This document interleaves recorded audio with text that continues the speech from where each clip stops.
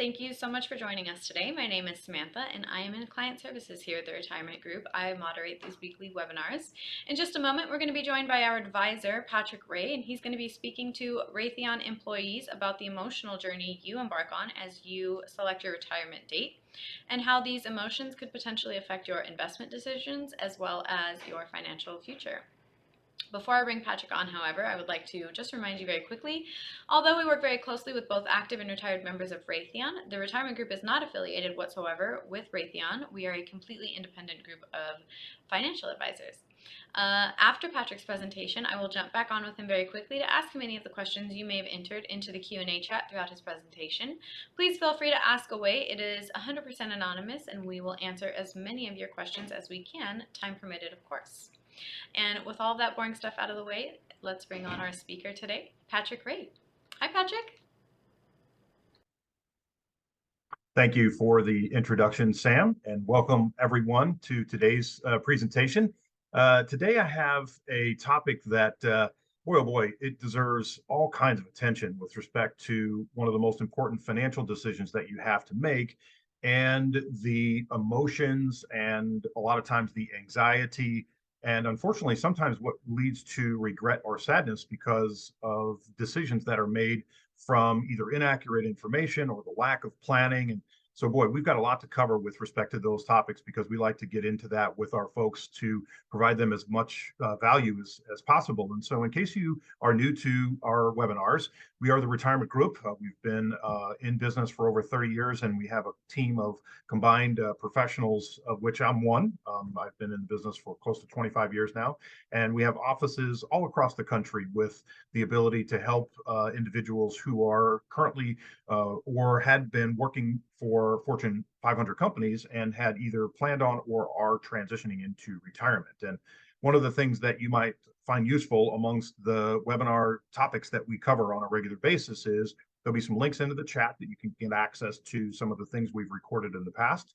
So I encourage you to check those out at your own leisure, as well as if you find time, you're welcome to reach out to us, and I'll give you the way to do that at the end of the presentation today. In an effort to do something called a financial or a cash flow analysis. And this happens to be a complimentary service that we offer to our folks to kind of help them vision what retirement looks like. And so we either A, confirm that they're on track to meet their goals at the given timeframes that they're hoping to ride off into the sunset and become happily retired, or we let them know where their shortfalls are and a way to actually get them to, work towards the things that need to be improved upon so they can meet their ultimate goals in the long run. If you're not already following us on our LinkedIn page, I encourage you to do that. So you can take a screenshot of this QR code on the screen as we speak, and it will lead you to our LinkedIn page, which we have a ton of up-to-date and relevant information about a myriad of topics similar to our webinar series. And so one of the things that over my career I've found the most helpful for people who are transitioning into a successful retirement is to create a checklist. And as rudimentary as this may sound, you can literally bring out a yellow pad and start writing down some of the things that that you and or your family need to address in an effort to lead into and be comfortable with your decision that says, this is the date I'm eventually retiring after 30 or 35 or 40 plus years of work history. And so some of those things include, but they are obviously not limited to, the comfort of your decision. And a lot of times that ties to the emotions of which we're going to talk about today, and specifically get into a few of the examples about what we see that could create some issues if we don't address them in the most appropriate way possible. Of course, decreasing the risk in amongst the time leading up to and beyond retirement are obviously one of the biggest concerns for our folks that we speak to. But amongst that is the volatility that's associated with either your working environment and or the stock market, or a combination of both, that leads into this decision, which ultimately will reflect on how or what we can expect when we ultimately do decide to retire. Increasing retirement income and maximizing that is clearly number one priority for all folks, because obviously you're giving up the revenue stream that's coming into the household that you're currently working for, and you're going to ultimately lead back to and lean on the things that you've worked an entire lifetime to accumulate. So retirement income and maximizing that in all aspects is clearly a priority. Decreasing taxes and penalties. This is a multifaceted or multi-leveled issue because there are potential penalties and issues related to not just your age because of when you could potentially start the need for income, but also correlated to some of you that have pensions and some of your companies that are penalizing you because you're not a certain age or you hadn't met a certain criteria of age and work history to meet their deferred penalty-free options. So those are obviously part of a multitude of issues that we run into on a regular basis, as well as the taxation of what you can expect. And for many of the folks that are on this webinar, most of the resources that they'll ultimately rely on are a bucket or pool of capital that has never been through the tax system because it was correlated to your 401k, or for those of you who are lucky enough to have a lump sum pension and you decide to take that as a retirement distribution option, the taxes are going to be a concern, right? And so you're going to have an effective pool of capital that has never cycled through the tax system before that is going to be an ongoing issue for the remaining balance of your retirement years. And then maybe the most important part is the investment philosophy that I know goes a long way with helping folks be comfortable and addressing the emotional part of what do I do when I ultimately don't have a paycheck any longer and I need to withdraw monies and in hopes of making sure that my spouse and I have resources for as long as we are going to live. And so that is clearly a need for something that needs to be addressed, obviously, and the best course of action to do that is to develop an investment philosophy with a team of advisors that are looking out for your best interest. And so when we talk about the sources of where you're going to ultimately rely on sources of funds and income, you're going to pretty much rely on three. Most of us are going to rely on three of these things. Social Security is one. You might be lucky enough to have a pension, so pensions are another, and then your 401k or your other outside investments that you may have accumulated over your working years. And so each one of these has an intricate part of what role they play in the aspects of what you can expect from where your sources of income are going to come from. And you might benefit from understanding the protocol of the options for Social Security as an example of when to take it. And so this falls back, as many things do from our perspective, to the cash flow analysis and ensuring that you're making the most important decisions for a vital period of your time for you and your family. And so these are what the three sources of funds typically look like. And when you transition into retirement, typically what we talk about are the courses of action that are necessary for you to wrap your arms around the risk and all of the things that are associated with managing your own money if you're choosing to do that. A lot of folks choose to reach out to folks like us. And so we correlate that to some things that you want to know about from a behavioral perspective, because this seems to be a trigger for us to have a smooth and very calm ride for most of our retirees when we can get our arms around what we're speaking of when we talk about the theories of finance. And so there are two levels to the theory of finance, and one of them is the standard theory of finance. And so if you're an investor, you can vision the standard theory of finance very simply. You're making rational decisions, and you do that after considering all information that is known and factual. So in other words, you've got all the information in front of you to make a decision that you can think about from a rational perspective, and this is how you're going to proceed going forward. Now, from a stock market perspective or from a financing market perspective, the markets under the standard theory of finance are quickly known to incorporate all information, and they're factual in context. So what that means is that it will technically represent the true value of the potential security or stock or bond that you're considering on buying. So this is kind of what the standard theory of finance technically looks like. Now, the catch is we're not robots.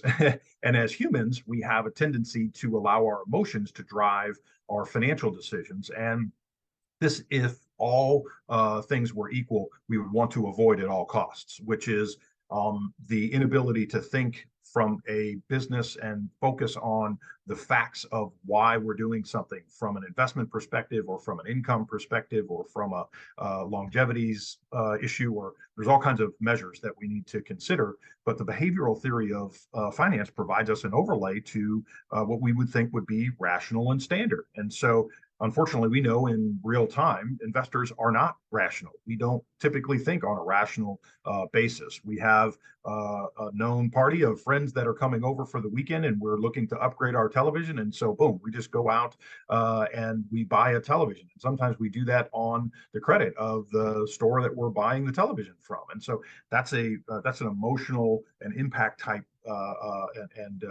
decision. And so, from a financial planning perspective, for sure, we've got to be careful that we're not making decisions like this because it could impact not just the here and now, but what means the most to you and your family for the next 20 and 30 and 40 years and beyond.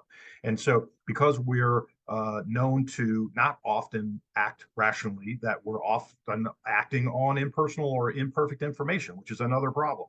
And so, if we don't have all the facts, then it's really going to be tough for us to make a decision that we know we're comfortable with based on our goals and our objectives and things like this. Now, from a stock market perspective, this is really going to be hard for us to beat if at all times we've got both the standard and behavioral theories of finance affecting what happens on a daily basis, which it does, which is why you see the stock market go up and down on a daily basis. And so in the short term, there are immense amounts of abnormalities and things that would create fluctuations. And we're seeing some of them as we speak today with what's happening overseas and with respect to the economic condition and interest rates. And we have an upcoming presidential election, which has affecting or could affect some of those things. And so you've got a number of variables that are involved in on the market end of things, which makes it tough for us to impact our planning process from a behavioral perspective because we know these things fluctuate the markets on a regular basis. And so what we want to do today is focus on our behavior and what we can control, because the importance of our behavior and what we control, we can better understand ourselves. We can better implement a plan that's consistent with all the things that we know that are important to us. And so in doing so, we might be able to intelligently figure out when the best day to leave the payroll is. I can't tell you how many times over my career we've talked about with a numerous amount of folks with respect to when they plan on retiring, and they don't know. And the reason they don't know is because they're not informed enough to know this is the best time to leave based on their own goals and objectives, like the timing of their retirement or what's relevant to their age penalties for their specific plan for their company that they work for. So there's a lot of variables and caveats to helping what might be the most important thing for many of you, which is to understand the best day that you can walk away from the company with the most money. It also helps us develop solid and sound investment strategies. I mean, think about what we've recently went through here in just the most recent 24 to 36 months with COVID and with the interest rate issues that have impacted the economic conditions and the stock market specifically, and then what's happening overseas, and you've got all these different things. How many times have we wanted to address and or change the investment philosophy because of these short-term things that have occurred, right? So I get calls on a regular basis that say, man, the stock market's going sideways. Is it time to get out of the stock market and get into cash so we can help, create a floor for what's in your 401k because you can't afford to lose any money? And while I can appreciate the emotional attachment that you may have to that, that may very well not be the best thing for you to do. And one of the most important things for us is to sit back and make sure that we develop a plan that's consistent with these things that are important to you. So if you still feel the need to make adjustments to your 401k as a general example of what's going on with respect to the stock market, then I would argue that your investments inside your 401k are invested far too aggressively. And we need to step back and take an analysis of how those interact with your goals and objectives and then address that accordingly. So it also allows us to stay the course. I mean, I can't tell you how often where we look back, 3 to 5 years from now, and the stock market is more valuable today than it was then. And so think about all the variables of different things that have changed and impacted the stocks and different markets to swing from one respect to the other. And what that had meant 5 years ago, it's still more valuable today in many cases. And so if we would have just simply stayed the course with a sound plan, it might have been the best course of action, which often is to do nothing as opposed to feeling the need to react to everything that goes on. And so in general, this is clearly going to give you a better overall experience with respect to your plans and what's happening to your investments specifically. Now, on the behavioral side, there are a few things that I'd like to point out that are relevant to some things that we see on a regular basis. And some of these behavioral characteristics are referred to as like loss aversion and narrow framing and anchoring and mental accounting and hurting and regrets. Media response is a big one. So we're going to talk about a couple of these things, okay? So first of all, hurting. The best example that we have of hurting would be to consider what is relevant today as, for example, the hottest investment that you can buy. Okay, so this slide shows a outlook of a 3, 5, and 10-year window of what happens to a five-star mutual fund. So if you're familiar with Morningstar, Morningstar is a rating system that rates investments and specifically mutual funds. And so what this analysis is showing us is that we have 100% of the analyzed mutual funds that were five-star rated at the time of the analysis, and then how they performed over a 3, 5, and 10-year period of time.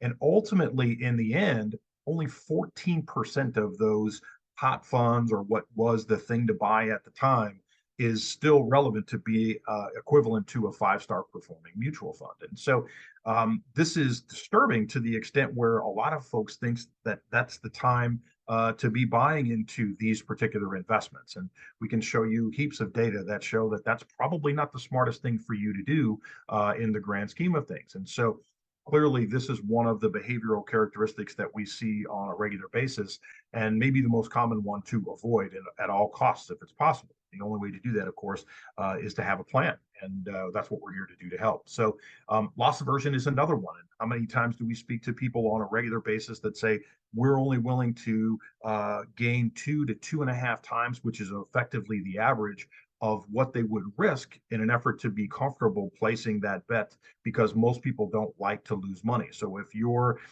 trying to make a decision on where to invest your money in the stock market, some folks are only comfortable knowing that they're going to increase their money by a certain percentage or by a certain level of multiples in an effort to be comfortable saying that's the best thing for us to do. And if we step back and look at a financial plan and we do a cash flow analysis, and we know that between you and your spouse, you have a likelihood of living for 34 years in retirement, then we've got to ensure that we're doing things to help you outpace inflation over that 34-year window of time. And so loss aversion is something that we see on a regular basis that helps us put together a plan and certainly outline some of the concerns that folks have with respect to investing their money. So let's talk about some of the considerations that you need to have before you leave your job, okay? What we want to do at first, if at all possible, is assess the real motivation. Like, what are you doing leaving your job? Like, why are you doing that? And we hope to have a very prudent and very good answer as to what the repercussions are of leaving our job. Because you're ready, because it's time, because you can afford to do that, because your spouse is choosing or asking you to do so you can spend more time with the kids and grandkids, etc. So for whatever your reason is, we just want to make sure that we discuss potential adjustments that could be involved in the timing of when you leave the payroll. And you also want to do a very comprehensive comparison on evaluating the compensation package of what you're getting from all your benefits and your current job and what it pays you, et cetera. And then not just what that means to you today, but what it means or impacts to your overall retirement needs, and specifically your capital that you've built up and worked an entire life to accumulate, and how that would be affected by your decision to leave the payroll. And then we talked a little bit about emotions today, and this is a really big factor, which is let's make sure that we recognize the concerns of you working for a company for 30 or 35 or 40 years, and you're getting up and you're doing the same thing day in and day out for this window of time, and what that might mean to you if you decide that you're no longer going to work. And as odd as it may sound, I know for a fact there are people that are still on the payroll today because they don't want to deal with that emotion, and they don't want to deal with the ramifications of what happens because they don't have very many hobbies, and maybe they don't have a ton of family, and work is their only thing. And so even though they could potentially afford to retire, what they do is they choose to stay on the payroll because they're allowed to do so, and they're still a good working asset to the company. And so in doing so, they are immune to this potential emotional involvement of what is next. And so that is a big thing. And so I absolutely think that that should be part of the planning process and that should absolutely be addressed. And so we want to optimize the timing. I had spoke about that at the beginning. Like that's one of the most important things for many of you who are watching the webinar today, which is to pick the right time to leave the payroll and then correlate that to some ancillary things like your bonuses and vesting dates and potential healthcare things. Like, for example, if you're planning on needing knee surgery, maybe you want to get the knee surgery prior to you leaving the payroll, and understand what the pros and cons of doing that is, if you're able to get disability or how that may work or fold into your overall planning process. And then there's some loose ends that often need to be tied up. Like, for example, the outstanding reimbursements that you may get from flexible spending accounts if you're required to spend those funds before the end of the year, as well as healthcare savings accounts, which many of you have switched to the HSA versions of being able to save for your future retirement. And we, by the way, we have a webinar on the series of HSA stuff and what that means to you overall in a retirement planning perspective, especially because those rules have recently changed. So you may want to check that out. And then try at best to determine whom the best aspect of the team that you're looking to engage with would be as a partnership, so that you have a comfortable transition during this window of moving from an employee to being a retiree. And so, of course, that is all part of building a successful future. And we want to reflect on the skills and whatever it is that's required to have gotten you to this point, and you want to make sure that you're comfortable giving those up for whatever reason.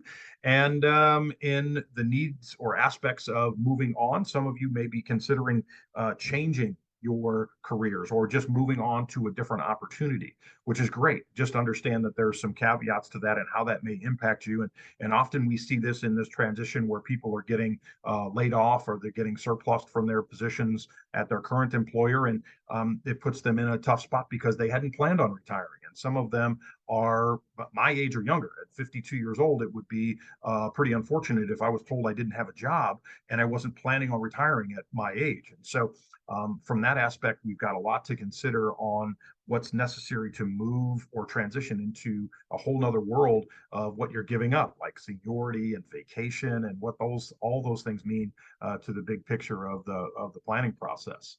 I had mentioned about the self-care thing, just like surgeries and things that you would probably already consider, obviously, especially if they're bothering you from a surgery perspective or some kind of medical procedure that you might want to consider. Those should be considered in many cases if you can do it while you're still on the payroll before you decide to transition off into either another payroll job or into retirement.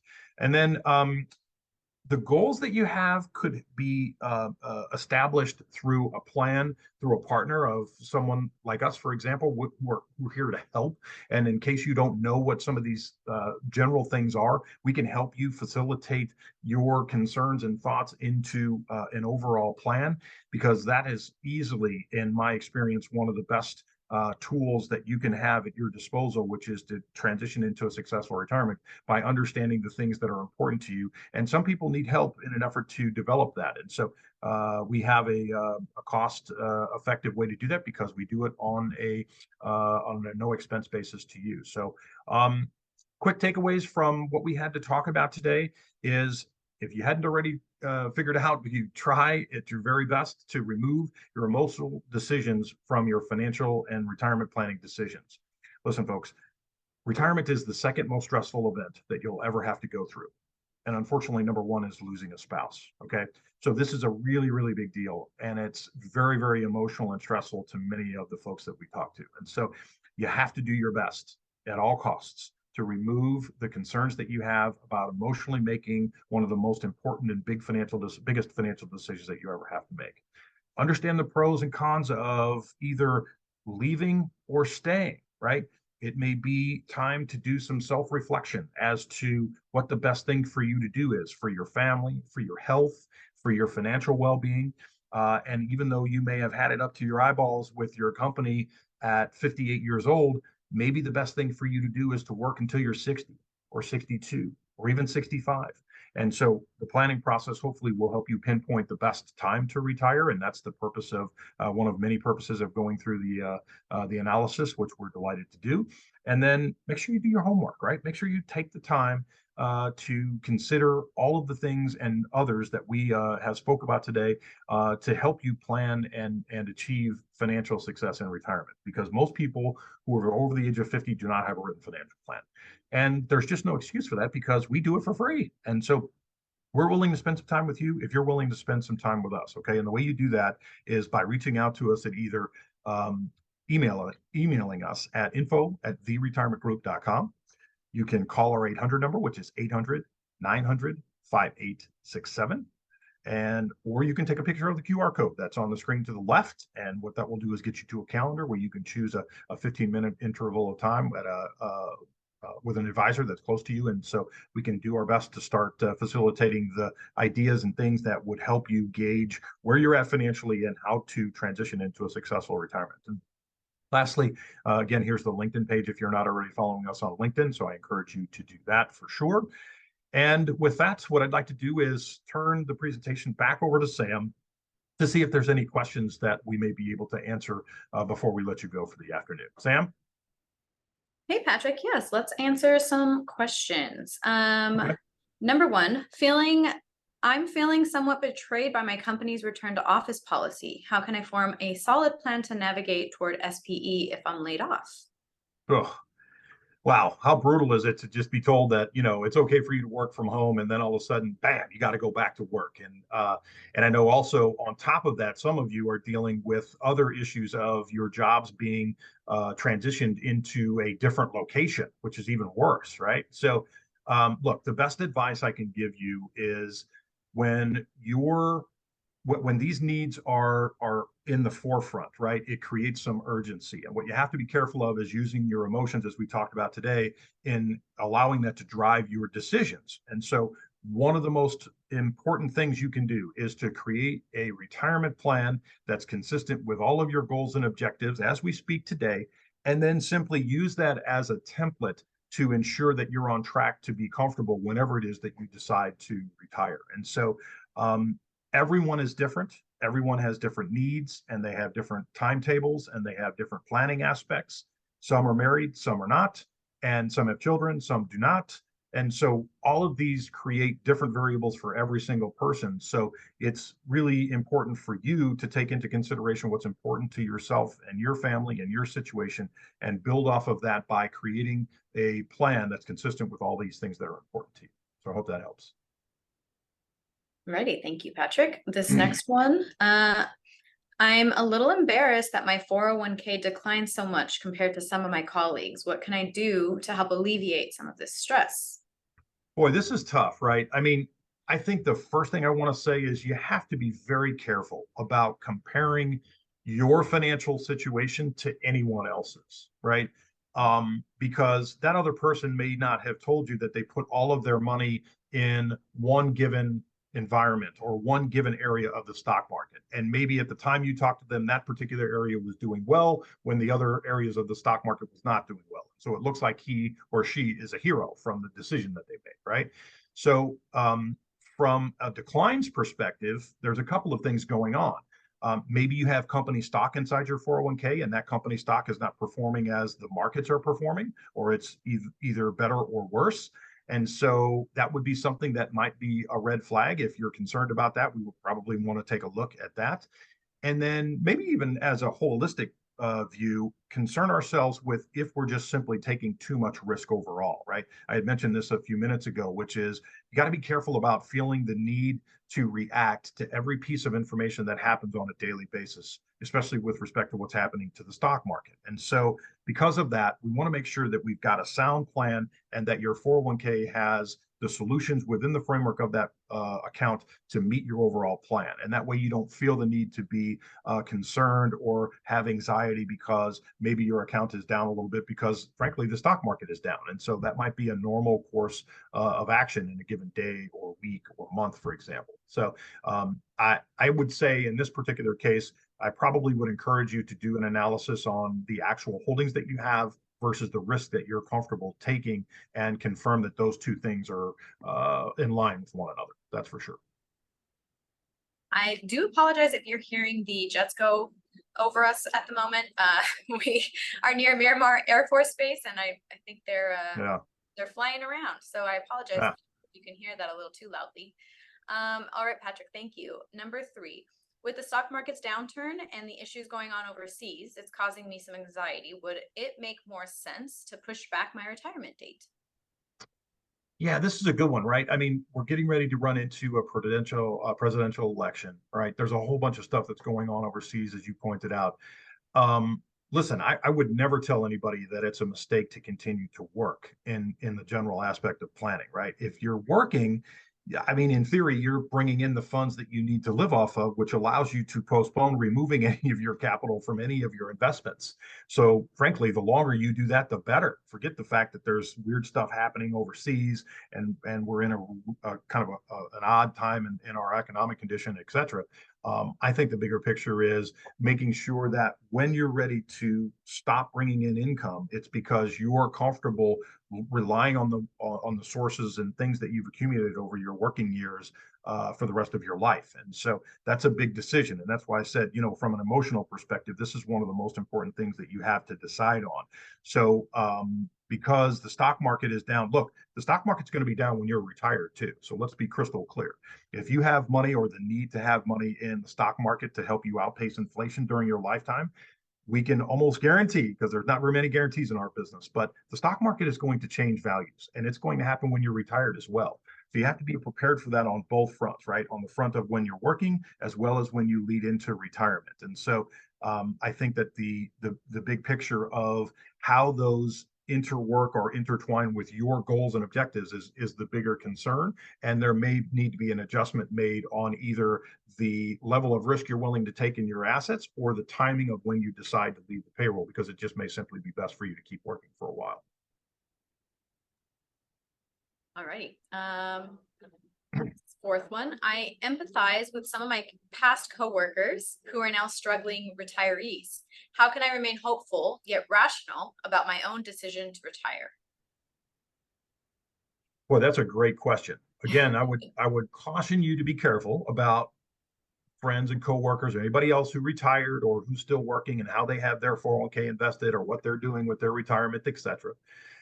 Because what's most important is what's best for you and what's best for your family.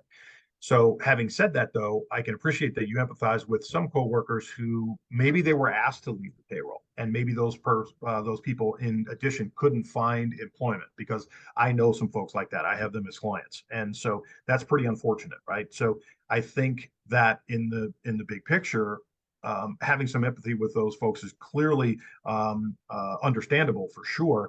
But yet, how that applies to you is questionable, right? I'm not really sure, because maybe the need for your income is 2 times greater than the person that you're referring to who actually retired, or vice versa. Their need for income was twice as much as yours.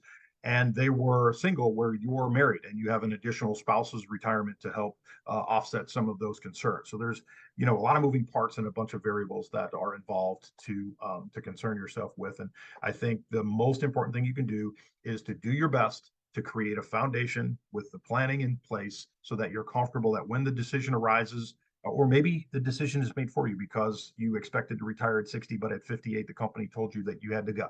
And if that's the case, you're prepared at least, right? So maybe you need to get work for 2 more years or so, or maybe you're just ready to fast forward your retirement and start a few years earlier.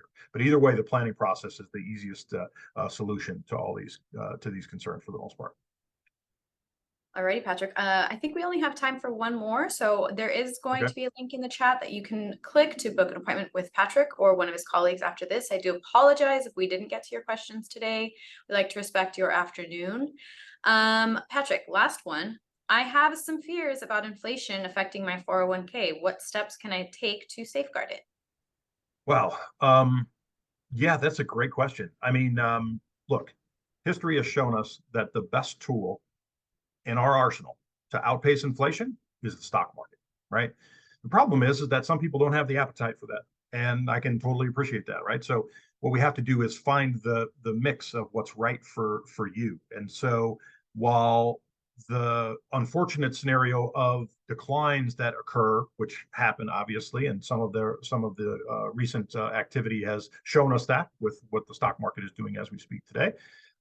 But knowing that over your lifetime, the best thing to do is to have exposure to something that can outpace inflation might be the most valuable tool for us. And the way we figure that out is to do some planning and to do some homework and to see what your needs are, how much money you've saved, where it can come from. Do you have a spouse that has anything to add to the overall planning process? When the right time is to consider Social Security, and many of other things that would all entail an important part of the overall planning process. And so until we get a handle on that, it's really tough to say that what the best short-term course of action is.